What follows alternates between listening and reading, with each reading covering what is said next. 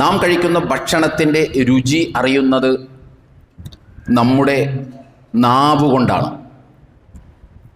എന്നതുപോലെ തന്നെ നമ്മളാകുന്ന വ്യക്തിയെ മറ്റുള്ളവർ രുചിച്ചറിയുന്നതും നമ്മുടെ നാവ് കൊണ്ട് തന്നെയാണ്. അതാണ് നമ്മൾ മനസ്സിലാക്കേണ്ടത്. നമ്മൾ കഴിക്കുന്ന ഭക്ഷണത്തിൻ്റെ രുചി നമ്മൾ തിരിച്ചറിയുന്നത് നമ്മുടെ നാവ് കൊണ്ടാണ് എന്ന് നമുക്കെല്ലാവർക്കും അറിയാം. ഇതുപോലെ നമ്മുടെ രുചി, നമ്മൾ ആരാണ് എന്ന് ഒരാൾ രുചിച്ചറിയുന്നതും നമ്മളുടെ നാവിലൂടെ വരുന്ന വർത്തമാനങ്ങളിലൂടെയാണ്. മഹാനായ യേശുക്രിസ്തു അലൈഹി സ്വലാത്തു വസ്സലാം, ഈസാ നബി അലൈഹി സ്വലാത്തു വസ്സലാം ഇദ്ദേഹത്തിൻ്റെതെന്ന് വിശ്വസിക്കാൻ കഴിയുന്ന ഒരു വാചകം ബൈബിൾ പുതിയ നിയമത്തിൽ മത്തായിയുടെ സുവിശേഷത്തിൽ നമുക്ക് കാണാൻ സാധിക്കും.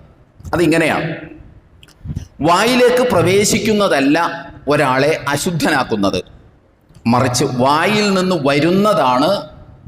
നിന്ന് പുറത്തോട്ട് വരുന്നതാണ് ഒരാളെ അശുദ്ധനാക്കുന്നത്. ഒരാൾ കൈ കഴുകാതെ ഭക്ഷണം കഴിച്ചു എന്നതുകൊണ്ട് അയാൾ അശുദ്ധനാകുന്നില്ല. പിന്നീട് ആ വാചകം തുടരുകയാണ് ബൈബിളിൽ. ഇവിടെ നമ്മളെ സംബന്ധിച്ചിടത്തോളം ഒരാളുടെ വായിൽ നിന്ന് വരുന്നതാണ് അയാളെ അശുദ്ധനാക്കുന്നത്, അല്ലാതെ വായിലേക്ക് പോകുന്നതല്ല.